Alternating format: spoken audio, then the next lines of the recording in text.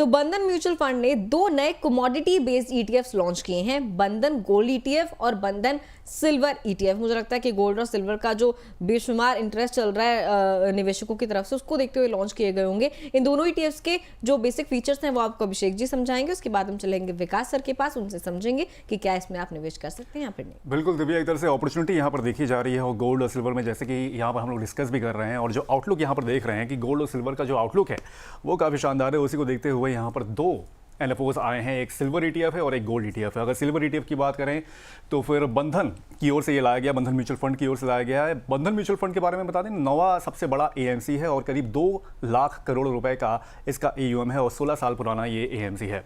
Silver ETF है, domestic prices of physical silver जो होगा, यानी कि जो फिजिकल सिल्वर के डोमेस्टिक प्राइसेस होंगे उनको ट्रैक करते हुए एक तरह से यहाँ पर सिल्वर में निवेश किया जाएगा और एक तरह से यहाँ पर शेयर्स की तरह इनको ट्रेड किया जाएगा।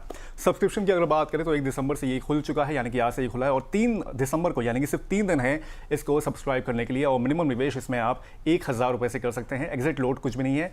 सेम गोज फॉर बंधन गोल्ड ईटीएफ, वो भी लॉन्च हुआ है आज ही, उसकी भी जो सब्सक्रिप्शन तारीख है वो भी 3 दिसंबर तक है और सेम चीज़ है उसमें, यानी कि निवेश उसमें 1000 रुपये से आप कर सकते हैं। और जो फंड मैनेजर इसके लिए रखे गए हैं वो हैं अभिषेक जैन, जो गोल्ड बंधन गोल्ड ईटीएफ और बंधन सिल्वर ईटीएफ दोनों को एक तरह से यहाँ पर मैनेज करते हुए दिखेंगे। सर, सबसे पहले तो यही समझना चाहेंगे सर कि गोल्ड और सिल्वर ईटीएफ जो है उसमें निवेश गोल्ड फंड या सिल्वर फंड से कितने बेहतर होते हैं और निवेशकों के लिए सर किन 3 से 4 ऐसी बातें हैं जिनको ध्यान रखना यहाँ पर ज़रूरी है जब वो गोल्ड और सिल्वर ईटीएफ में यहाँ पर निवेश करें? तो देखिए, ETF is basically exchange traded fund. तो जब म्यूचुअल फंड कोई ईटीएफ लेके आते हैं तो 2 तरीके हैं लेने के। या तो आप उसको अपने डीमैट के थ्रू खरीद लीजिए, और अगर किसी के पास डीमैट नहीं है तो फिर वो म्यूचुअल फंड से फंड ऑफ फंड रूट के थ्रू जो है वो फिजिकली लिया जा सकता है। तो लेने का तरीका, बट अंडरलाइन चाहे वो गोल्ड फंड होते हैं जो म्यूचुअल फंड्स जब लेके आते हैं एफओएफ, अंडरलाइन उनका भी ईटीएफ है, क्योंकि वो म्यूचुअल फंड वाले भी जब जाएंगे अपना परचेजिंग के लिए तो वो भी ईटीएफ ही खरीदेंगे। तो अंडरलाइन इनका सेम रहता है, सिर्फ ये है कि वो अगर डीमैट के थ्रू लेंगे तो आप डायरेक्ट ईटीएफ ले सकते हैं, और अगर आप आपके पास डीमैट नहीं है तो फिर आप जो है वो एफओएफ रूट से ले लीजिए म्यूचुअल फंड से। तो बेसिक डिफरेंस तो वही है। और जो बंधन का गोल्ड का और सिल्वर का एनएफओ आया, तो जाहिर सी बात आप पूछेंगे कि ये निवेश के लायक है कि नहीं है।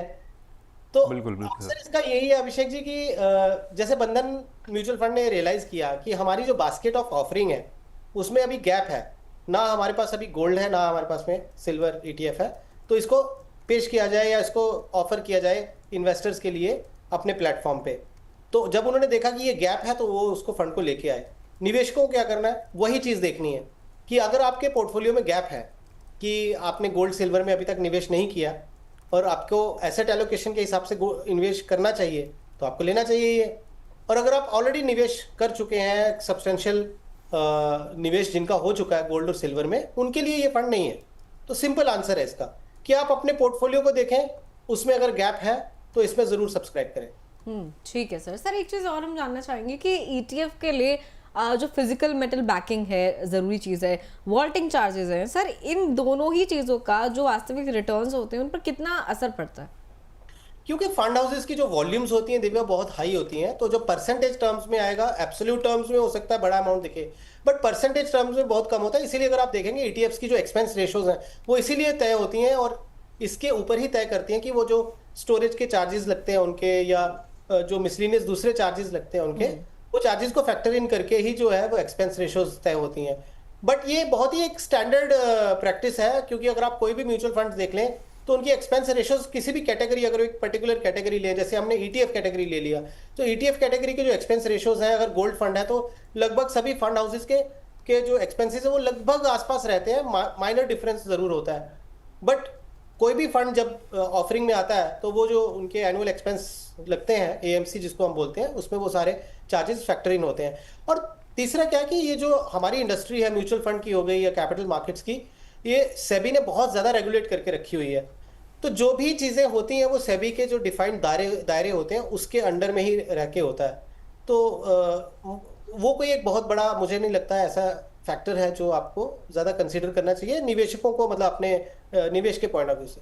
सर, अगर किसी निवेशक ने ऑलरेडी इसमें निवेश कर रखा है किसी गोल्ड या सिल्वर ईटीएफ में और उसको तुरंत पैसे अगर चाहिए तो लिक्विडिटी के लिहाज से सर मैं समझना चाह रहा हूँ कि उसमें तुरंत पैसा मिल सकता है या उसमें कुछ टाइम लगता है, मतलब 1-2 दिन, T+1 T+2 sort of? Abhishek ji, वही T+1, अगर आपने डायरेक्ट स्टॉक लिया हुआ है तो वो T+1 है, और अगर म्यूचुअल फंड रूट से लेते हैं तो T+2 में आपको पैसा मिल जाता है। तो सेम जैसे एक नॉर्मल म्यूचुअल फंड की जो लिक्विडिटी होती है या नॉर्मल किसी ETF की लिक्विडिटी है, वही लिक्विडिटी जो होती है वो इन फंड्स की भी होती है। ठीक है सर। तो फिर बंधन के सिल्वर और गोल्ड ETF में आपके निवेश की सलाह रहेगी? बिल्कुल रहेगी, बट उनके लिए जिन्होंने अभी तक लिया नहीं है और जिन्होंने बहुत अच्छा खासा सब्सटेंशियल निवेश कर दिया हुआ है अपने पोर्टफोलियो में, उनको फिर लेने की जरूरत नहीं है। तो ये अपने जो पर्सनल गोल्स हैं और अपने जो पर्सनल एसेट एलोकेशन है, उसको देख के आप इसको जो है डिसाइड कर सकते हैं।